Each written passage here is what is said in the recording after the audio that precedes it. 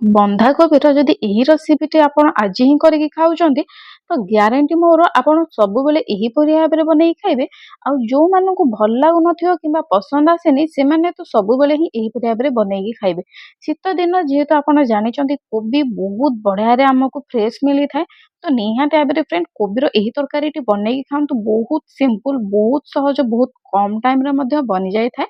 ତ high friend, welcome କରୁଛି secret food one ଚ୍ୟାନେଲରେ। ତ ଆପଣଙ୍କର ସ୍ୱାଗତ ହେଇଗଲା। କଥା ମୁଁ ବେଶୀ ଲମ୍ବେଇବିନି, କାମ ଆରମ୍ଭ କରିବା। ତ ମୁଁ ରେସିପିଟି ଆପଣଙ୍କୁ ବତେଇ ଚାଲୁଛି, ଆପଣ ଦେଖି ଚାଲନ୍ତୁ। ପ୍ରଥମେ ମୁଁ ଏଠି ନେଇଯାଇଛି ସୋରିଷ ତେଲ।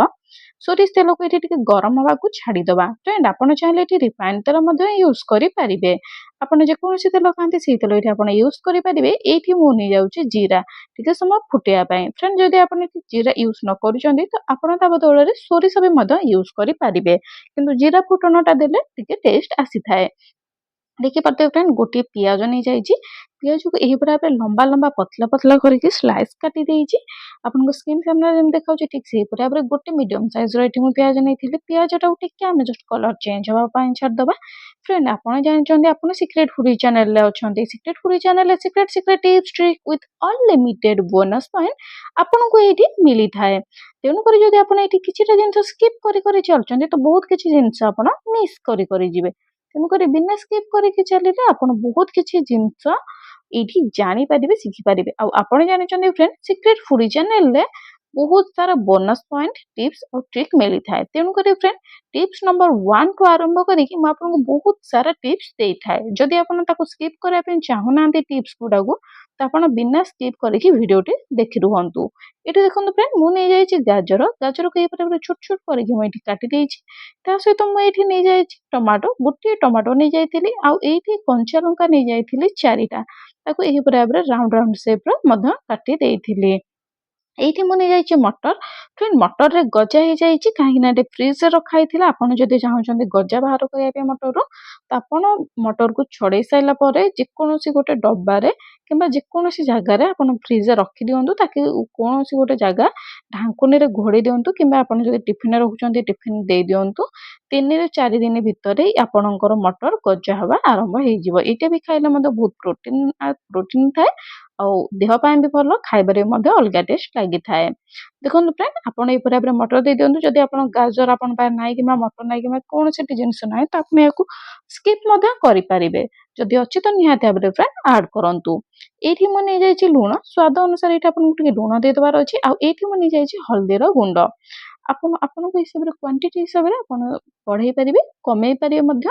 ଆଉ ଏଇଠି ମୁଁ ନେଇଯାଇଛି ଲଙ୍କା ଗୁଣ୍ଡ। ଦେଖନ୍ତୁ ଫ୍ରେଣ୍ଡ ମୁଁ ଏଇଠି 4ଟା ଲଙ୍କା ନେଇଥିଲି କାଟିକି, ତେଣୁକରି ଅଳ୍ପ ଲଙ୍କା ଗୁଣ୍ଡ ଦେଇଛି। ରାଗ ଲଙ୍କା ଗୁଣ୍ଡ ନୁହଁ, ତେଣୁକରି ଅଳ୍ପ ଲଙ୍କା ଗୁଣ୍ଡ ଦେଇଛି। ଆଉ ଏଇଠି ଲଙ୍କା ମଧ୍ୟ କାଟିକି ନେଇଥିଲି 4ଟା।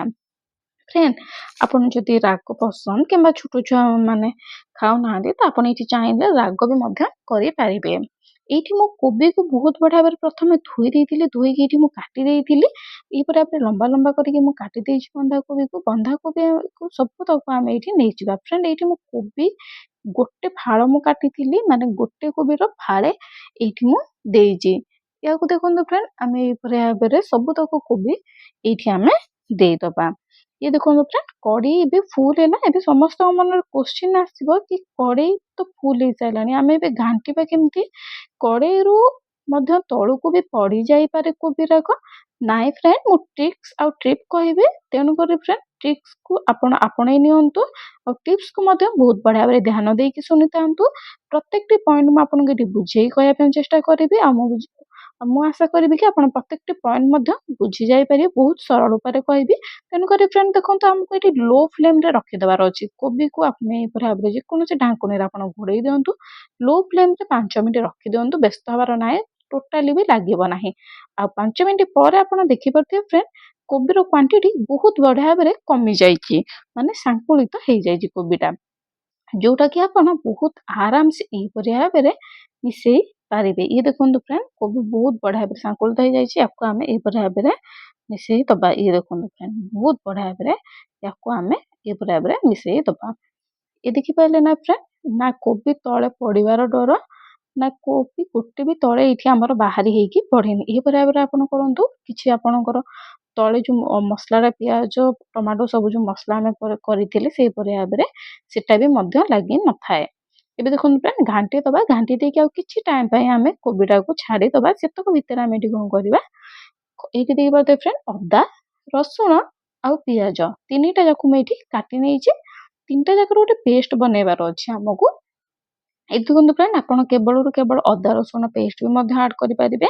ପିଆଜଟା ଏଇଠି ମୁଁ ଦେଇଛି ଦ୍ୱାରା ହେଇଥାଏ କଣ, ଆମର କୋବିଟା ଟିକେ ଅଧିକ ମସଲା ଲାଗିଥାଏ, ଯୋଉଟା ଖାଇବାରେ ମଧ୍ୟ ଟେଷ୍ଟ ଲାଗିଥାଏ। ରୁଟି ପରଟା ଭାତ କିମ୍ବା ସେମିତିରେ ବି ଆପଣ ଖାଇବେ ବହୁତ ବଢିଆ ଆହୁରି ଟେଷ୍ଟ ଆସିଥାଏ। ତେଣୁକରି ଫ୍ରେଣ୍ଡ ଏହିପରି ଭାବରେ ମୁଁ ଏଇଠି ଦେଇଦେଇଛି ସବୁତକ ଅଦା ରସୁଣ ପିଆଜ। ଏବେ ଦେଖନ୍ତୁ ଫ୍ରେଣ୍ଡ ମୁଁ ନେଇଯାଇଛି ପାଣି। ପାଣିକୁ ଏଇଠି ଆମେ ଦେଇଦବା। ଆଉ ଏଇଠି ଫ୍ରେଣ୍ଡ ପାଣିକୁ ମୁଁ ଦେଇଛି କେବଳରୁ କେବଳ ଅଧ କପ୍, ଗୋଟେ କପ୍ ନାହିଁ ଅଧ କପ୍ ଦେଇଛି। ଯେତିକି ଆମେ ଏଟା ଗ୍ରାଇଣ୍ଡ କରିବା ସେତିକି ଦେଇଛି। ଏବେ ଆମର ଦେଖନ୍ତୁ ଫ୍ରେଣ୍ଡ ଗ୍ରାଇଣ୍ଡ ହେଇଯାଇଛି। ମୁଁ ଆପଣଙ୍କୁ ଟିକେ ଦେଖେଇ ଦଉଛି କେତେ ପତଲା ଭାବରେ ମୁଁ ଏଠି ତାକୁ ଗ୍ରାଇଣ୍ଡ କରିଛି। ଇଏ ଦେଖନ୍ତୁ ଫ୍ରେଣ୍ଡ ବହୁତ ବଢିଆ ଭାବରେ ସୁନ୍ଦର ଭାବରେ ଦେଖାଉଥିବେ। ଆପଣ ଦେଖିପାରୁଥିବେ ଏହିପରି ଭାବରେ ଆପଣଙ୍କୁ ଗ୍ରାଇଣ୍ଡ କରିଦେବାର ଅଛି। ନହେଲେ ଯଦି ଅଦା ରସୁଣ ପେଷ୍ଟ ଅଛି ତ ତାକୁ ଆପଣ ବି କେବଳ ଦେଇପାରିବେ। ୟାକୁ ଫ୍ରେଣ୍ଡ ଆମେ ସବୁତକ ଦବା ନାହିଁ, କେତେ ଦବା ଚାଲନ୍ତୁ ମୁଁ ଆପଣଙ୍କୁ ଏଇଠି ଦେଖେଇକି ମଧ୍ୟ କହୁଛି। ଦେଖିପାରୁଥିବେ ଫ୍ରେଣ୍ଡ ଯେତିକି ସମୟ ଆମେ ଗ୍ରାଇଣ୍ଡ କରୁଥିଲେ ସେତିକି ସମୟ ଆମେ ଏଇଠି କେବଳ ଘୋଡେଇକି ରଖିଥିଲେ। ତାପରେ ଆମେ ଏଇଠି ୟାକୁ ମସଲା ଦେଇଦବା। ମିଶେଇ ଦେଇଛି ଆମେ ସବୁତକ। ଏବେ ଦେଖନ୍ତୁ ଫ୍ରେଣ୍ଡ ମସଲା ଆପଣଙ୍କୁ ଏଇଠି କେତେ ଚାମଚ ଦବାର ଅଛି। ଫ୍ରେଣ୍ଡ ପ୍ରଥମତଃ ଏଇଠି ହଉଛି କି ଏଇଠି ଆପଣଙ୍କ କ୍ୱାଣ୍ଟିଟି ହିସାବରେ ଏଇଠି ମୁଁ ଖଣ୍ଡେ କୋବି ନେଇଛି। ସେଇ ହିସାବରେ ଫ୍ରେଣ୍ଡ ମୁଁ ଏଇଠି 3 ଚାମଚ ମୁଁ ଏଇଠି ମସଲା ବଟା ଦଉଛି। ଫ୍ରେଣ୍ଡ ଯଦି ଆପଣ ଗୋଟେ କୋବି ନେଇଛନ୍ତି ତ ସେଇ ହିସାବରେ ଆପଣ ମସଲା ଦେଇପାରିବେ, କିମ୍ବା ଆପଣ ଯଦି ଅଧିକ ନେଇଛନ୍ତି କିମ୍ବା ଆପଣ ତାଠୁ କମ ନେଇଛନ୍ତି ତ ଗୋଟେ ଚାମଚ ମଧ୍ୟ ଏଇଠି ୟୁଜ କରିପାରିବେ। ଆପଣଙ୍କ କ୍ୱାଣ୍ଟିଟି ହିସାବରେ ଫ୍ରେଣ୍ଡ ଆପଣ ମସଲା ଦେଇପାରିବେ। ଯୋଉମାନେ ମସଲା ଖାଇବା ପସନ୍ଦ କରନ୍ତିନି କିମ୍ବା ଯୋଉମାନେ ରସୁଣ ଖାଆନ୍ତିନି ତ ସେଇମାନେ ମଧ୍ୟ ସ୍କିପ୍ ବି ମଧ୍ୟ କରିପାରିବେ, କିନ୍ତୁ ଯଦି ଦେବେ ତ ବହୁତ ବଢିଆ ଟେଷ୍ଟ ଲାଗିଥାଏ। ଏବେ ଦେଖନ୍ତୁ ଫ୍ରେଣ୍ଡ ମୁଁ ନେଇଯାଇଛି କରି ପାଉଡର, ମାନେ ତରକାରୀ ପାଇଁ ଯୋଉ ପାଉଡରଟା ଆମେ ୟୁଜ କରିଥାଉ, ଯୋଉ ମସଲାଟା ଆମେ ୟୁଜ କରିଥାଉ ସେ ମସଲା ମୁଁ ଏଠି ନେଇଯାଇଛି। ତ ବହୁତ ଜଣଙ୍କ ପାଖରେ ମସଲା ଥାଇପାରେ ନଥାଇପାରେ, ଭେଜିଟେବୁଲ ମସଲା ଯୋଉଟା ଘରେ ଘରେ ୟୁଜ ହୁଏ। ଯଦି ଆପଣଙ୍କ ପାଖରେ ନାହିଁ ତ କୌଣସି ଚିନ୍ତା କରିବା ଦରକାର ନାହିଁ। ଆପଣ ଏହା ବଦଳରେ ଯେକୌଣସି ନନଭେଜ ମସଲା ମାନେ ଚିକେନ ମସଲା ହଉ କିମ୍ବା ମଟନ ମସଲା ହଉ ଆପଣ ଏଠି ୟୁଜ କରିପାରିବେ। ଯଦି ସେତକ ବି ଆପଣଙ୍କ ପାଖରେ ନାହିଁ କୌଣସି ବଶତଃ ତ ଆପଣ ଏଇଠି ଜିରା ଗୁଣ୍ଡ ନହେଲେ ଧନିଆ ଗୁଣ୍ଡ ବି ମଧ୍ୟ ଏଇଠି ୟୁଜ କରିପାରିବେ। ଯେକୌଣସି ଗୋଟେ ଜିନିଷ ୟୁଜ କରିପାରିବେ। ଯଦି ଆପଣଙ୍କ ପାଖରେ କୌଣସି ପ୍ରକାର ମସଲା ପାଖରେ ଆଭେଲେବୁଲ ନାହିଁ ଏବେ ତ ଆପଣ ସବୁତକ ଜିନିଷ ଏଠି ସ୍କିପ୍ କରିପାରିବେ।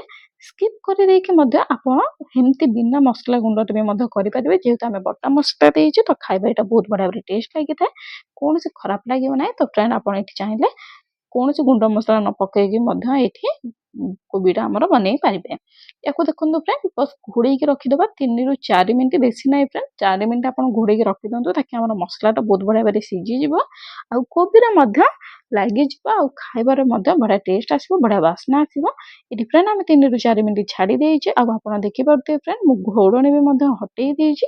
ଆଉ କେତେ ବଢିଆ ଭାବରେ ଆମର କୋବିଟା ସିଝି ଯାଇଛି ଆଉ ବାସ୍ନା ବି ବଢିଆ ଆସୁଛି। ଆପଣ ଦେଖିପାରୁଥିବେ କଲର ବି ବଢିଆ ଚେଞ୍ଜ ହେଇଯାଇଛି, ଯୋଉଟା ପଖାଳରେ ଗରମରେ ରୁଟି ପରଟା ପୁରୀରେ ଖାଇବା ପାଇଁ ତ ବହୁତ ଟେଷ୍ଟ ଲାଗିଥାଏ। ତା ସହିତ ଯଦି ଆପଣ ଚାହୁଁଛନ୍ତି ଗରମ ଭାତରେ ଖାଇବେ ତ ଆହୁରି ମଧ୍ୟ ଟେଷ୍ଟ ଆସିବ। ଯଦି ଚାହୁଁଛନ୍ତି ଶେଷରେ ଧନିଆ ପତ୍ର ଦେଇ ଦିଅନ୍ତୁ, ଦେଇକି ଟିକେ ସମୟ ଘୋଡେଇ ଦିଅନ୍ତୁ, ଫ୍ଲେଭରଟା ବି ତାର ଆସିବ ପାରେ ଆଉ ଖାଇବାରେ ବଢିଆ ଟେଷ୍ଟ ଲାଗିବ। ଫ୍ରେଣ୍ଡ ଏଇଟା ଥିଲା ଆପଣମାନଙ୍କ ପାଇଁ ଛୋଟିଆଟି ଭିଡିଓଟି, ଯୋଉଟା କି ଛୋଟ ରେସିପିଟି ମୋ ପାଖକୁ କମେଣ୍ଟ ଆସିଥିଲା ତ ମୁଁ ଆପଣଙ୍କୁ ସେ ଥ୍ରୁରେ ଏଇଠି ମୁଁ ଜଣାଇବା ପାଇଁ ଚାହୁଁଥିଲି କି କେମିତି ବନେଇବେ ଆପଣ କୋବି ବନ୍ଧାକୋବିର ଏହି ରେସିପିଟି। ଫ୍ରେଣ୍ଡ ଏଟା ନିହାତି ଭାବରେ ଟ୍ରାଏ କରନ୍ତୁ ଆଉ କେମିତି ବନେଇଲା ମତେ କମେଣ୍ଟରେ ନିହାତି ଭାବରେ ଜଣେଇବାକୁ ଭୁଲିବେ ନାହିଁ। ମତେ କମେଣ୍ଟ କରନ୍ତୁ କେମିତି ବନେଇଲା, ଆଉ ଯଦି ଭଲ ଲାଗୁଛି ଆପଣ ଫ୍ରେଣ୍ଡ ଫ୍ୟାମିଲି ସାଙ୍ଗସାଥି ମାନଙ୍କ ସହିତ ସେୟାର କରନ୍ତୁ। ଯୋଉମାନଙ୍କୁ କୋବି ପସନ୍ଦ କିମ୍ବା ଯୋଉମାନଙ୍କୁ କୋବି ପସନ୍ଦ ନୁହଁ ଏଇ ରେସିପିଟି ଥରେ ବନେଇକି ଖାଇସାରିଲା ପରେ ସେଇମାନଙ୍କର ବି ମଧ୍ୟ କୋବି ପସନ୍ଦ ହେଇଯିବ। ଦେଖିପାରୁଥିବେ ଫ୍ରେଣ୍ଡ ବହୁତ ବଢିଆ ଭାବରେ ଦେଖାଯାଉଛି, ଯେତିକି ଦେଖାଯାଉଛି ସେତିକି ମଧ୍ୟ ଖାଇବାରେ ଟେଷ୍ଟ ଅଛି। ମୁଁ ଆଶା କରୁଛି ଫ୍ରେଣ୍ଡ ମୋର ଏଇ ଛୋଟ ଭିଡିଓଟି ଭଲ ଲାଗିଲା ତ please like comment share and subscribe କରିଦିଅନ୍ତୁ। ଚ୍ୟାନେଲର ବେଲ ନୋଟିଫିକେସନକୁ ଅନ୍ କରିଦିଅନ୍ତୁ, ତାକି ଏହିପରି ଭାବରେ ନୂଆ ନୂଆ ଭିଡିଓ ଲାଟେଷ୍ଟ ଭିଡିଓ ସବା ପ୍ରଥମେ ଆପଣଙ୍କ ପାଖକୁ ଯିବ ଆଉ ଆପଣ ଦେଖିକି ମଧ୍ୟ ନୂଆ ନୂଆ ରେସିପିର ମଜା ଉଠେଇ ପାରିବେ। ଇଏ ଥିଲା ଶୀତ ଦିନର ଆମର ଏଇ କୋବିର ରେସିପିଟି। ମୁଁ ଆଶା କରୁଛି ଭଲ ଲାଗିଥିବ। ଭଲ ଲାଗିଛି ଯଦି ଲାଇକ୍ କମେଣ୍ଟ ସେୟାର ସବସ୍କ୍ରାଇବ କରିଦିଅନ୍ତୁ। Thank you for watching. ପୁଣି ଆମେ ଦେଖା ହବା ଗୋଟେ ନୂଆ ରେସିପିରେ। ସେ ପର୍ଯ୍ୟନ୍ତ ବାଏ ବାଏ ଟାଟା।